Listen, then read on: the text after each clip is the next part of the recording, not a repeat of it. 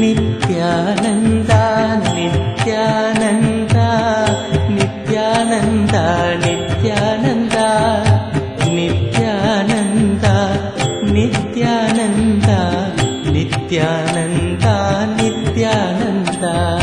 அந்த காலத்து கிராமபோன் தட்டுகள், கிராமபோன் ரெக்கார்டுங்க எடுத்து அதை பிக்ஸ் பண்ணி அந்த முள்ள எடுத்து அந்த டிஸ்க் மேல வச்சிங்கன்னா ஓடிக்கிட்டே இருக்கும். எங்கேயாவது ஒரு இடத்துல அது கீறல் விழுந்துருச்சுன்னா ஒரே லைனையே திரும்ப திரும்ப சொல்லும். நம்ம அன்பர் ஒருத்தருடைய வீட்டுக்கு போயிருந்தேன். அங்க அந்த பழைய கிராமபோன் ரெக்கார்டு வச்சிருந்தார். அவரை போட்டு காமிக்க சொல்லி கேட்டோம். அவர் எடுத்து போட்ட உடனே அந்த டிஸ்க் திரும்ப திரும்ப ஒரே லைனே பாடுது. வரவு எட்டனா வரவு எட்டனா வரவு எட்டனானே சொல்லுது. செலவு 10 போகவே மாட்டேங்குது. நான் சொன்னேன், பரவாயில்ல, ரொம்ப நல்ல டிஸ்க், வரவு மட்டும் வைக்கும், செலவு பண்ணாது போல அப்படின்னு. அவர் சொன்னார், சாமி இது செலவு வச்சு வச்சு அழுத்து போயிருச்சு, அதனால தான் இதுக்கு மேல செலவு வைக்கிறதுலன்னு சும்மா இருந்துருச்சு, சும்மா விட்டுட்டேன். பழைய கிராமபோன் ரெக்கார்டு எப்படி ஒரே வார்த்தையை மீண்டும் மீண்டும் மீண்டும் ஒலிக்குமோ, அதே மாதிரி நம்முடைய மனம் ஒரே அமைப்புல தான் மீண்டும் மீண்டும் இயங்கும். உங்களுடைய மனத்தை நீங்களே கவனிச்சிருந்தீங்கன்னா இந்த ஒரு விஷயத்தை புரிஞ்சுக்கலாம். ஒரு சின்ன உதாரணம், இந்த ஒரு உதாரணத்தை புரிஞ்சுக்கிட்டீங்கன்னா போதும், எப்படி உங்க மனம் ஒரு ரெக்கார்டான ஒரே சிஸ்டத்துல இயங்கிக்கிட்டே இருக்கு அப்படின்னு தெரிஞ்சுக்கலாம். உதாரணத்துக்கு காலையில எந்திரிச்சு பல் துலக்கும் பொழுதே ஆபீஸ பத்தி கவலைப்பட ஆரம்பிச்சிருவீங்க. மெதுவா டிஃபன் சாப்பிட்டு எந்திரிச்சு ஆபீஸுக்கு கிளம்பும் பொழுது ஆபீஸ பத்தி எல்லா டென்ஷனும் மனசுல வந்துடும். இதை செய்யணும், அதை செய்யணும், இதை பண்ணணும், அதை பண்ணணும், இதை கவனிக்கணும், அதை கவனிக்கணும். ஆபீஸ் போய் உட்கார்ந்த உடனே மதியானம் வீட்டுக்கு வந்ததும் பையனுக்கு பாடம் சொல்லி கொடுக்கணுன்ற கவலை வந்துடும். வந்து ஆபீஸ்ல இருந்து கிளம்பி வந்து பையனுக்கு பாடம் சொல்லி கொடுத்துட்டு இருக்கும் போதே, ஐயோ வீட்டுல இந்த காய்கறி இல்லையே, அது இல்லையே, இது இல்லையே, இதை வாங்கிட்டு வரணுமே அப்படின்ற கவலை வந்துடும். பாடம் சொல்லி முடிச்சுட்டு அதெல்லாம் வாங்கிட்டு வந்து கொடுத்து வீட்டு வேலைகளை கவனிச்சுட்டே இருந்தீங்கன்னா, ஐயோ நாளை காலையில என்ன பண்றதுன்னு தெரியலையே அப்படின்னு மறுநாளை பத்தி கவலை வந்துடும். இந்த மாதிரி மனம் ஒரு விதமான பழக்கத்துக்குள்ள இருக்கும். அந்த பழக்கத்துக்குள்ள இருந்ததுன்னா அலுவலகம் விடுமுறையாக இருக்கின்ற ஞாயிற்றுக்கிழமைகள்ல கூட காலையில எந்திரிச்சு பல் துலக்க ஆரம்பிச்சீங்கன்னா உங்களை அறியாமலே அலுவலகத்தை பத்தி கவலைங்கள்லாம் வந்துடும்.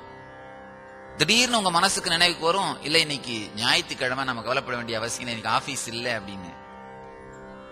அப்படி உங்க மனசுக்கு நீங்களே, அப்பா இன்னைக்கு ஞாயிற்றுக்கிழமை ஆபீஸ் போக வேண்டிய அவசியம் இல்ல, இது ஆபீஸ பத்தி யோசிக்காத, நிம்மதியா இருன்னு சொன்னீங்கன்னா கூட அந்த கவலைப்படும் போது இருக்கின்ற அந்த லோ மூட், அந்த மன உளைச்சல் தன்மை அப்படியே மனசுக்குள்ள இருந்துகிட்டே இருக்கும். உங்களுடைய மனதுக்கு நீங்களே சொல்லிக் கொண்டாலும் கூட இன்னைக்கு ஆபீஸ் லீவுன்னு தெரிஞ்சா கூட கவலைப்பட்டு பட்டு பழகி போன அந்த மன அமைப்பு அந்த காலகட்டம் வரும் பொழுது அதே மாதிரி ஒரு மன உளைச்சலோட தான் இருக்கும்.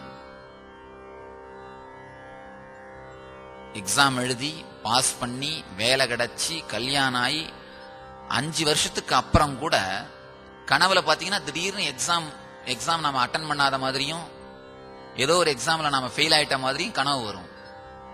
வேலை கிடைச்சி கல்யாணம் ஆகி 5-6 வருஷத்துக்கு அப்புறம் கூட திடீர்னு ஒரு நாள் ராத்திரி ஏதோ ஒரு எக்ஸாமுக்கு போகாத மாதிரியும் இல்ல ஏதோ ஒரு எக்ஸாம்ல ஃபெயில் ஆயிட்ட மாதிரியும் ராத்திரியில கனவு வரும். வாழ்க்கை மாறி பல ஆண்டுகள் ஆயிருக்கும், ஆனா மன அமைப்பு மாறுவதில்லை. பல இடத்துல நீங்க ஆழ்ந்து யோசிச்சு பாத்தீங்கன்னா, காலையில 7 மணிக்கு காஃபி குடிக்கிறது அப்படிங்கிற பழக்கம் வச்சிருந்தீங்கன்னா, மணி 7 அடிச்ச உடனே நீங்க கடிகாரத்தை பார்க்கவே வேணாம், உள்ள இருந்து அந்த குரல் வந்துடும், காஃபி அப்படின்னு. உள்ள இருந்து மணி அடிச்சிரும். அதை வச்சே கரெக்டா தெரிஞ்சுக்கலாம், டைம் ஆயிருச்சு, மணி ஆயிருச்சு அப்படின்னு.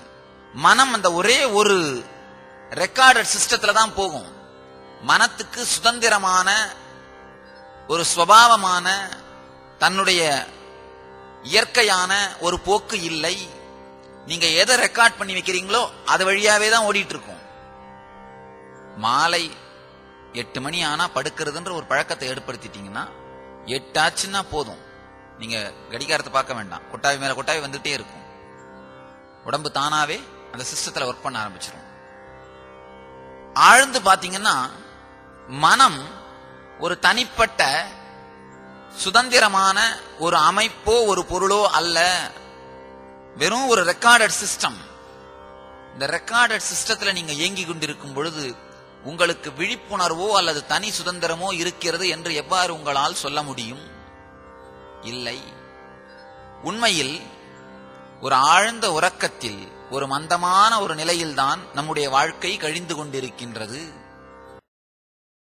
நேற்று அழகான ஒரு கேள்வி ஒரு அன்பர் கேட்டிருந்தார், சுவாமி, நம்முடைய வாழ்க்கையில் எது வெல்லும், விதியா மதியா அப்படின்னு. மதிதான் வெல்லும், ஆனா இருந்தா தான் வெல்லும். மதிதான் வெல்லும், அதுல ஒன்னும் டவுட் இல்ல. ஆனா இருந்தா தானே வெல்லும். உண்மையிலேயே நமக்கெல்லாம் இருப்பது மதி அல்ல. நாம மதின்னு எதை நினைக்கிறோமோ அது மதி அல்ல. மதிதான் உண்மையில் வெல்லும். எப்ப வெல்லும்னா, நம்முடைய மன அமைப்பும் நம்முடைய எண்ண ஓட்டமும் நம்முடைய கட்டுப்பாட்டில் இருக்கும் பொழுது, அந்த எப்ப நம்முடைய கட்டுப்பாட்டில் இருக்கிறதோ அப்பொழுதுதான் மதியே வேலை செய்ய துவங்கும். அது வரைக்கும் மதி வேலை செய்ய துவங்குவதே இல்லை. அது வரைக்கும் நமக்குள் வேலை செய்து கொண்டிருப்பதெல்லாம் மதிங்கிற பேரால நீங்களே சொல்லிக்கிற விதிதான், வேற ஒண்ணும் கிடையாது. இதுல ஒரு அழகு என்னன்னா, சில பெண்கள் பாத்தீங்கன்னா வீட்டுல அவங்கதான் எல்லாத்தையும் நடத்துறாங்க அப்படிங்கறதே தெரியாம நடத்திட்டு இருப்பாங்க. கணவர் நினைச்சிட்டு இருப்பாரு கணவருடைய கட்டுப்பாட்டுல தான் எல்லாம் இருக்கு அப்படின்னு. ஆனா கணவருக்கே தெரியாமல் கணவரையே இயக்கிட்டு இருப்பாங்க. சில பெண்கள் பாத்தீங்கன்னா அவங்களுக்கு அந்த அளவுக்கு அந்த மறைக்க தெரியாது, அவங்கதான் நடத்துறாங்கன்ற மாதிரியே காமிச்சிருவாங்க. ஆனா சில பெண்கள் ரொம்ப புத்திசாலிகள், கணவருக்கே தெரியாம ரொம்ப அழகா கணவரை இயக்கிட்டு இருப்பாங்க. அந்த மாதிரிதான் நம்முடைய மனம். நாம சுதந்திரமா இருக்கிறதா நமக்கு காட்டி, ஆனா நம்மையே இயக்கி கொண்டிருக்கும். நம்ம சுதந்திரமா இருக்கிறதா நமக்கு காட்டும், ஆனா நம்ம இயக்கிக்கிட்டு இருக்கோம். நம்ம சுதந்திரமா இருக்க மாட்டோம். அது ரொம்ப டேஞ்சரஸான சூழ்நிலை. அட்லீஸ்ட் நம்ம சுதந்திரமா இல்லைன்னாவது நமக்கு தெரிஞ்சா பரவாயில்ல. ஆனா அது கூட நமக்கு தெரியாமல் நம்முடைய மனத்தை இயக்கி கொண்டிருக்கும் அமைப்பு நம்முடைய அன்கான்சியஸுக்கு உண்டு. நமக்கே தெரியாமல் நாம தூக்கத்துல இருக்கிறோம் அப்படிங்கறது கூட தெரியாம தூக்கத்துல இருந்துட்டு இருக்கோம். ஒரு தெளிவுக்கு வந்து முதல்ல தெரிந்து கொள்ள வேண்டியது தூக்கத்தில் இருக்கிறோம் அப்படின்னு.